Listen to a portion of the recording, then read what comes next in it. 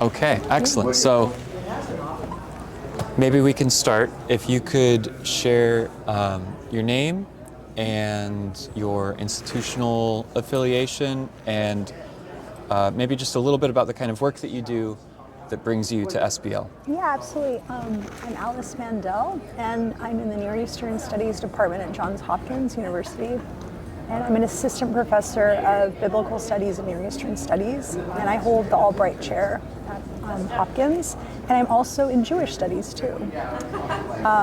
And I work on literacy, I work on text making, the use of text in the second millennium and in the first millennium in the southern Levant. Mm-hmm. So I have varied interests, and SBL has a lot of program units that work for my research interest. And then I also come here because I have a very invested interest in keeping a little pocket at SBL for people that like the stuff that I do, to keep that tradition of Near Eastern studies or Middle Eastern studies and the Bible alive. Mm-hmm. Yeah, so I notice on your name tag, you've got an ASOR name tag. Oh.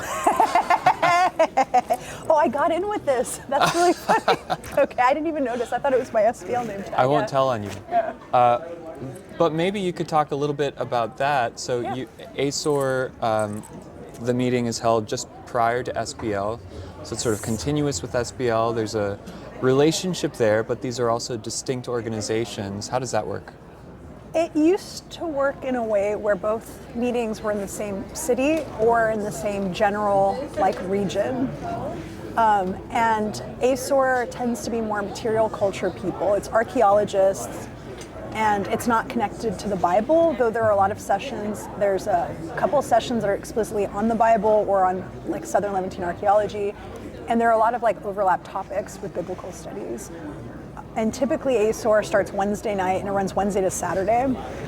And then SBL, when they weren't together in the same city, would run kind of the weekend and spilling into the week of Thanksgiving. Since the Great Divorce, there are some of us, and I'm one of them, that keeps trying to do both. Mm-hmm. And I think it's important because, again, that's the type of work I do. Yeah. And my students do that work, and I want them to be represented. I want them to know people that work in archaeology. I want them to understand new developments, new finds. At the same time, we also are people that work in Hebrew Bible. Mm-hmm. So SBL is like the mothership, right? So we're kind of we're kind of moving between our two divorced parents and trying to navigate the logistics of weekends here, Mm-hmm. And it's very tiring. It's very stressful. But everyone is wonderful, and we love both of our parents. Or at least I love both of my parents. That's good to know. Yeah.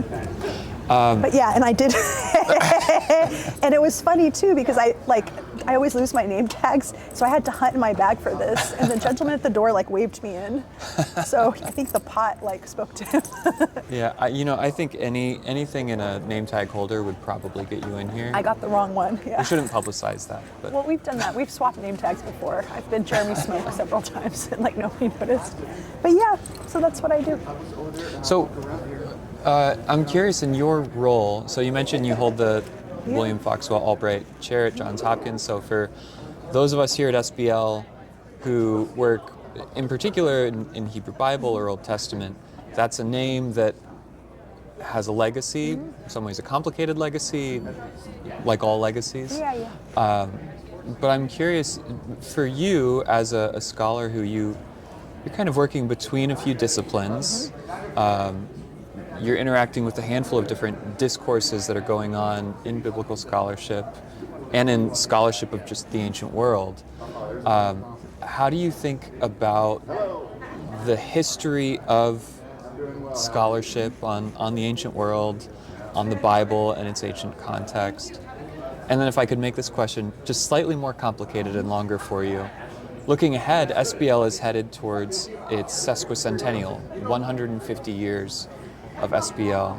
So I'm curious, what are some ways in which you think SBL can continue to change or continue to interact with different disciplines? What opportunities do you see on the horizon?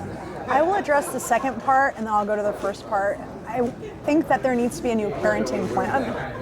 There needs to be a new access schedule for the children of the divorce, because one, the economic situation for universities is so different than it was 5 years ago. Yeah. So I think the idea was that people would try to do both, or people would pick one and then alternate. International scholars are having a harder time getting over here. They don't have as many resources. Scholars here don't have as many resources. Graduate funding is drying up. A lot of people that had research budgets don't, or they have like maybe one conference a year. Yeah. It's expensive, prices are going up, it's just not tenable. And then intellectually, I think that in 10 years, everyone is going to suffer. It is beneficial for us all to be able to meet, and for people that work in archaeology to engage, interact with biblical scholarship. It doesn't matter if they do reception, it doesn't matter what kind of biblical scholarship they do. That's how ideas percolate, and that's how progress and like new things come about. It's when people with different perspectives get together. And what I'm really worried about is that the Great Divorce is going to cause some siloing of expertise, siloing of knowledge. People are already charting to choose. Yeah. And that's not good for anyone. And it's silly because it's a logistical problem. It's just a question of making it so that people pay for one plane ticket. Yeah. And then, and it's no one's fault. I'm not saying ACE or SB. I'm just saying that like, it would be wonderful if there was like a discourse about how to make it so that people could attend both, or that perhaps there was an agreement about the general like locations or even the schedule, even maybe not the same week, just something.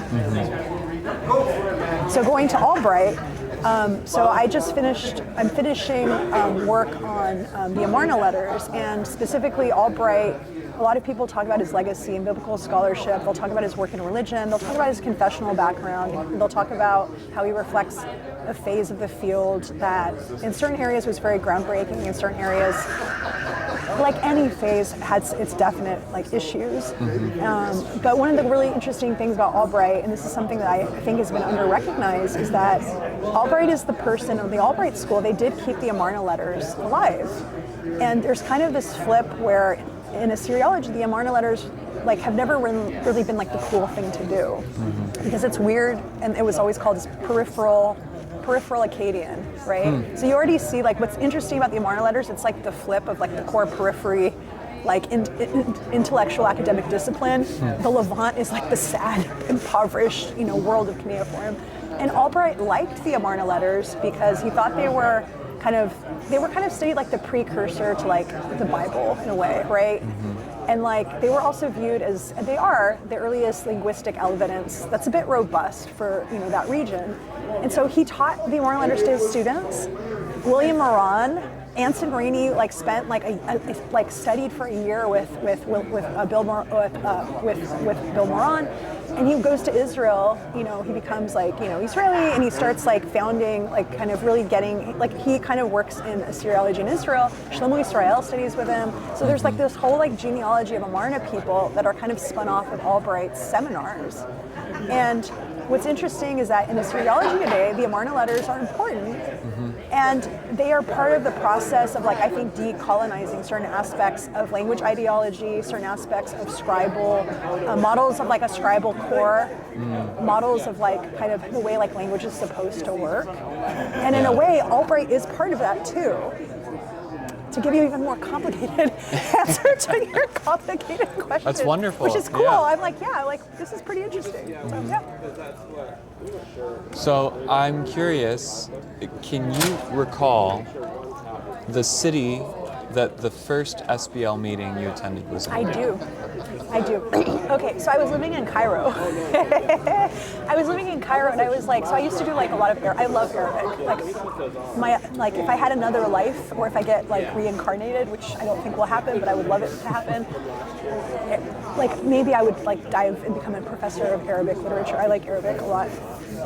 So I was living in Cairo, and I was applying to grad programs, and I went to, there was a Baltimore SBL, and it was either Baltimore or DC, and I remember because I went to Hopkins, and I like saw Hopkins, and then I remember I saw my UCLA friends, and I was applying to grad school, and I was terrified of the whole process because SBL is like insane and intense, and I was coming from Cairo, and I was like, I don't know what to do here, this is wild, but it did mark and leave an impression. And I remember the receptions being like just chock full of food and free alcohol, which was really fun. Yeah, so that was my first SBL. And my first SBL paper was in San Francisco in I think it was like 2014. Yeah. And I remember my meeting. The first question I had at 8:30 in the morning, I'm not going to say who it was, but a scholar raised their hand and they said, yes. It was on Cantilla de Jrude, on the Pithway, and the scholar was like, that is not a penis. And I was like, okay. And I was like, just like barely caffeinated. And I was like, oh, and he's like the scholar was like, no, like we washed it off and it turns out that's not a penis. And I'm like, okay, yeah, like I'm awake now and let's do this. So, yeah. Wonderful. If you could go back in time and visit yourself, you're getting on the plane from Cairo to Baltimore, and give yourself one piece of advice as you're headed to your first SBL annual meeting, what would you tell yourself? I'm so sorry, I'm like dying because I had both meetings back to back. I gave like 4 papers this week, I'm dying. Oof. Yeah.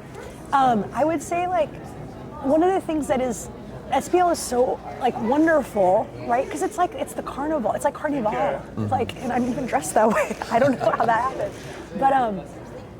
But like the way to make it human, one is to like hang out at the book table and eat the free candy, but two, to find like 1 or 2 sessions that you like and become a regular and not to do the skippity scop. Yeah.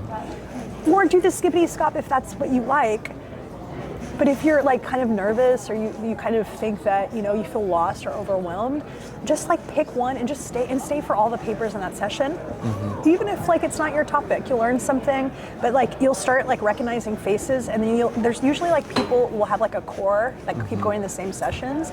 And there's one way to see it as being kind of like it shouldn't be gatekeeping. It shouldn't be like anything that's like stops people from coming in, but it should be kind of like, hey, like, you know, we're people that like to eat like pumpkin pie, like, and we come in and like, yeah, like, you know, oh, that's a different recipe for your pumpkin pie. Like, it should be something where you see the same faces, and then you say hi, and you sit next to people, and then like the next year you're like, oh, hey, we're seeing you again, you know, and like year 3, like you bring them a latte or something, and then it becomes like friendly and personal and nice. Yeah, I think that's wonderful advice. There are a lot of introverts here who don't really know how to navigate. That's a great piece of advice. Well, because I mean, we're like academics. Like we're all kind of, you know, like overwhelmed by it, or at least I am, you know. I'm curious, speed round, favorite city that SBL has held a meeting in? I would be even like have anything else but San Diego. I'm from San Diego too, as you can tell. Oh, I'm like there you go. SoCal, like just beyond SoCal. San Diego is wonderful. It is a pain, I know, for the East Coast people, but you know what's really nice in November? The sun. The food is great. It's like the convention center. It's like one building, and it's there's like there's like the trolley beach. stuff. There's the beach. Food in San Diego is good and cheap. Like, you know, it's San Diego just forever. Last question: are you the kind of person who comes into the book exhibit hall with a budget, or are you the kind of person who overdrafts your credit card when you come into the exhibit hall? I don't buy books. I take pictures of the covers, and then I see if I can find a way to get them from a library. Very savvy. Okay, because I mean, like, is that a bad answer? I also have back issues, so I can't carry them. Or every once in a while, if there's something like insane that I need, I try to get that little special copy. You know, the special copy, but then I never get it because I'm always too late. So, like, I kind of just gave up.